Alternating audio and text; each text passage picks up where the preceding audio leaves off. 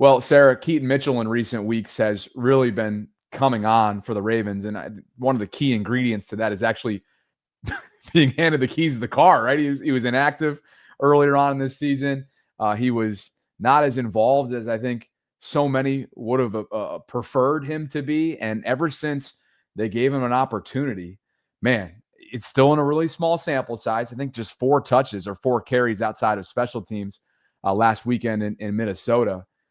Everything seems to go right when Keaton is involved with the football, whether it be indirectly or directly. With all that said, as you take a look at the season as a whole, a lot of questions still remain.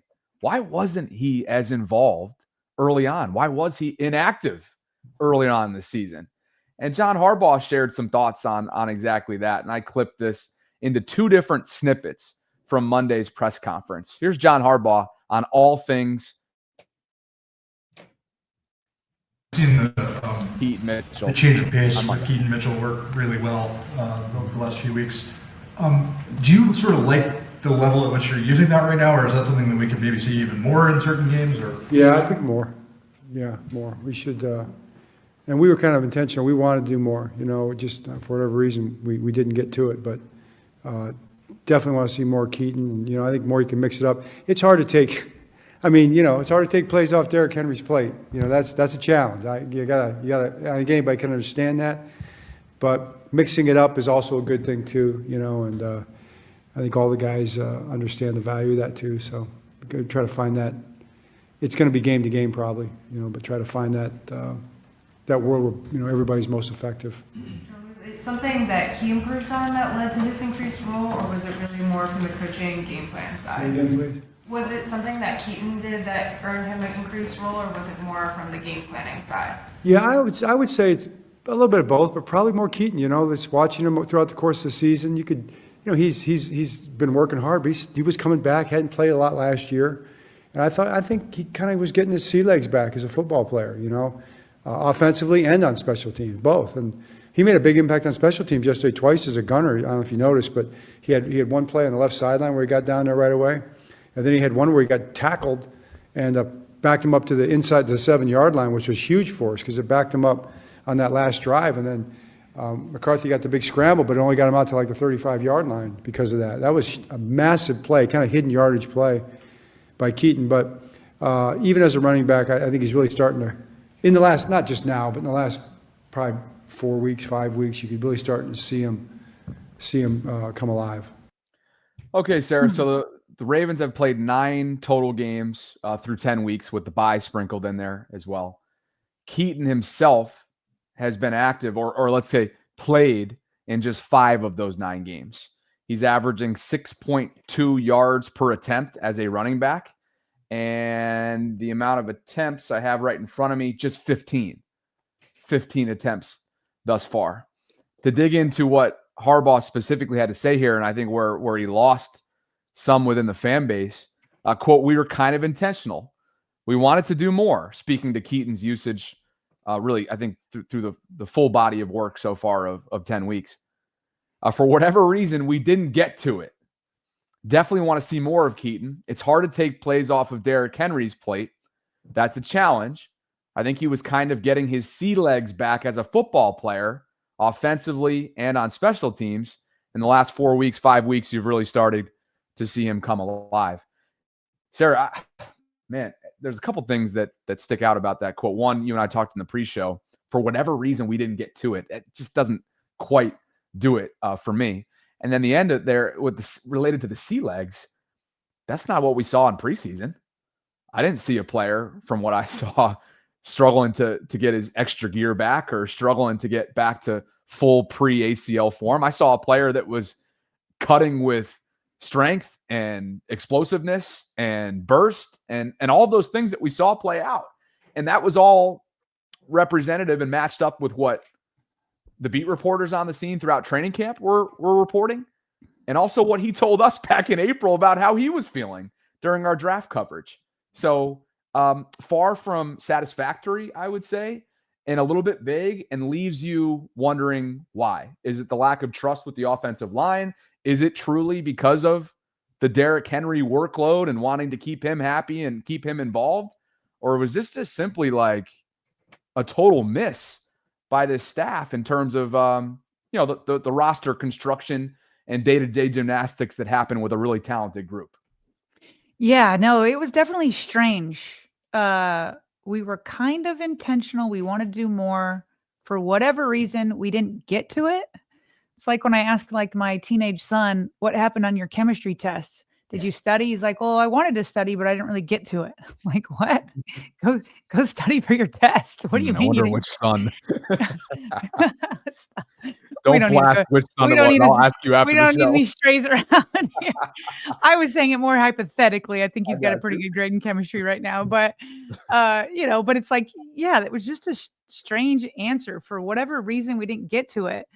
And Derrick Henry early was struggling with fumbles, but they also weren't using Derrick. I feel like the whole run game has just been off in terms of usage, because when Derrick Henry had a hot hand and I can't remember which game was it, and he brings the Ravens all the way up to like the 1 yard line, and then they take him out. And it's like, he's got so much momentum on his side. Keep it. And so, yeah, I agree with you on the sea leg stuff. He looked good.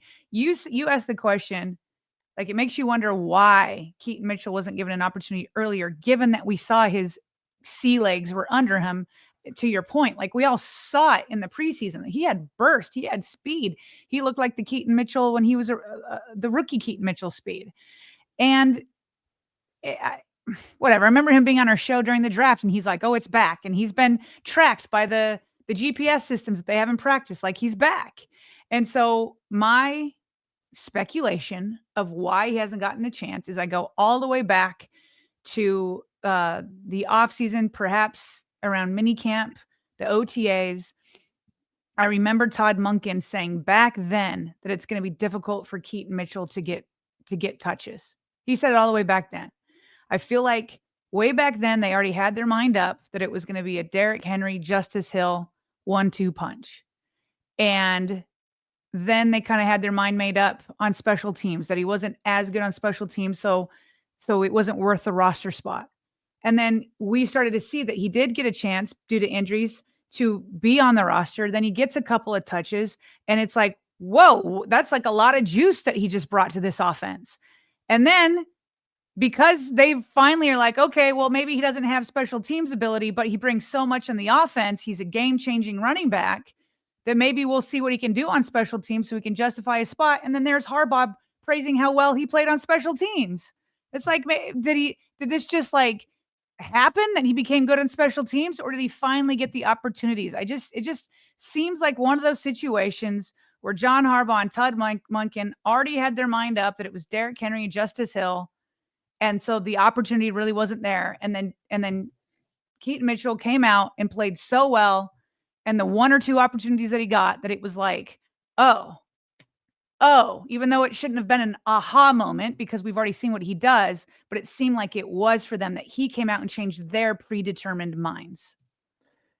I think we all recognize that as a blitz picker-upper or just straight up pass blocking, if Keaton Mitchell finds himself in that role, that's not something that you want 34 out there for. And that is a deficiency. That is not putting Lamar in a position for success, or Keaton in a position for success. But much like with the lack of pass rush on the other side of the ball, the Ravens have made up for it in recent weeks with 13 pass deflections, Sarah, on Sunday against Minnesota by just getting their hands in the air and disrupting sight lines. That kind of makes up, right? That makes up for the lack of pass rush. Does Keaton's burst, does Keaton's speed, his explosiveness, the way a defense has to account for all of those things, make up for some of those deficiencies from a pass blocking standpoint? I would argue that the answer is yes to that, because the guy, he was up over Rasheen Ali just this past weekend. Mm-hmm. Now, was that more of a special teams decision? Whatever. And they're going to have to make some special teams. There are going to be more roster construction decisions to be made because of Higgins in the coming days as well. Thank you. Because of Jay Higgins, the rookie out of Iowa with that knee injury. And so I wonder if that means Sanusi Kane gets the call back up from the practice squad.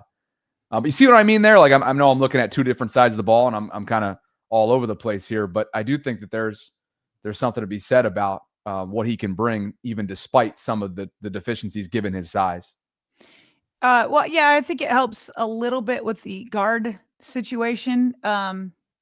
It's just really deflating that the Ravens between the tackles, it's really tough to run. I mean, Keaton did get a nice chunk of yardage, maybe like 15 going between the tackles.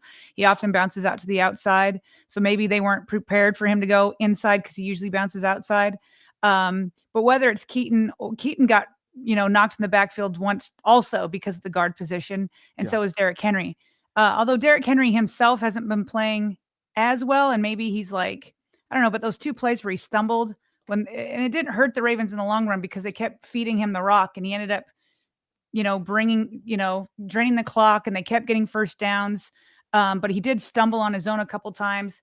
And then you add in the guard. I just don't know how much the guards are going to impact both of them. So that's why I think it's good that you continue with this 1-2 punch to keep the defensive line a little bit more on their heels. And if Keaton can go up the middle every once in a while and Derrick Henry can bounce outside every once in a while to keep them guessing, I feel like the 2 of them together in the changeup should be good for the Ravens offense. So John Harbaugh got it wrong with waiting to get Keaton Mitchell in the game so long, but where the Ravens got it right. Oh, where did Jaire Alexander? Is it this way? There we go. My bad. They ended up getting it right with Jaire Alexander, and maybe some people need to dole out some apologies here. But Bobby, I think it's 11 days after the Ravens traded Jaire Alexander to the Philadelphia Eagles. It is Diana Rossini just last night reported that Jaire informed the team that he's stepping away from the team to focus on getting right physically and mentally. And then just like about 12 hours later or so, the Philadelphia Eagles announced that they placed Jaire on their reserve retired list. And so I know that we kind of made fun of Howie saying that it was a big risk. And it's like, but it's a 7th and a 6th kind of an exchange with Jaire Alexander. So there wasn't really any huge risk. And then we kind of thought it might be more of a risk for the Ravens because maybe he could have provided depth in case one of these guys goes down. But and Jaire goes to Philadelphia, and his first interviews in the locker room is like, yeah, I'm so glad to be here to prove what I can do. And there was like a path for him to start where there really wasn't one in Baltimore. And just less than a week later, he never went to the Green Bay Packers game, and everybody anticipated him to go with Philadelphia up there because it's his former team. And maybe just in the end, the Ravens could see, which is unfortunate, that Jaire wasn't Jaire anymore because of that knee. He's just not quite there yet. And maybe it took Jaire to go to Philadelphia to try to come to that realization also, which kind of makes me sad. I always hate it when I see football players come to that realization because football has been their life since their peewee days, right? It's like football is everything. And it's tough for players to come to the realization that they might not play up to the standard that they once were. And maybe Jaire can during an offseason get healthy again or whatever. But that's not who he is this year. That's why he wasn't on the field. Philadelphia took a chance. Jaire came to the realization, I just don't have it. I got to take a break, both for mentally and physically, to get myself right. I wish him well. Football mortality remains, or what Father Time remains undefeated. Hopefully that's not what he's looking at and facing here, but clearly there's some considerations happening here, and perhaps a decision that has to be made. So, unfortunately, we saw that play out week 1, and I think everybody was thinking, even though it was just 30% of the defensive snaps that night against Buffalo, you're thinking, okay, this is the first time he's played regular season football since January and since his PCL procedure. And, oh, by the way, he had his knee drained at the start of camp, so everybody's kind of holding out hope that he would find it. And unfortunately, he just hasn't and couldn't during his time in Baltimore. So I wish him well. He's 28 years old, Sarah. It's dedicated his entire life to the game. And it's a really hard realization when you have to confront potentially your football mortality. I hope that's not the case for him. But ultimately, it wasn't the right fit for the Ravens. And I'm not even talking about culture fit, right? I think, we've both already we've talked about this. Guy was a light in that locker room. So by all accounts. So, wish him well, and hopefully he'll be playing NFL football again. But for right now, he's doing what you hope so many can find the courage to do, right?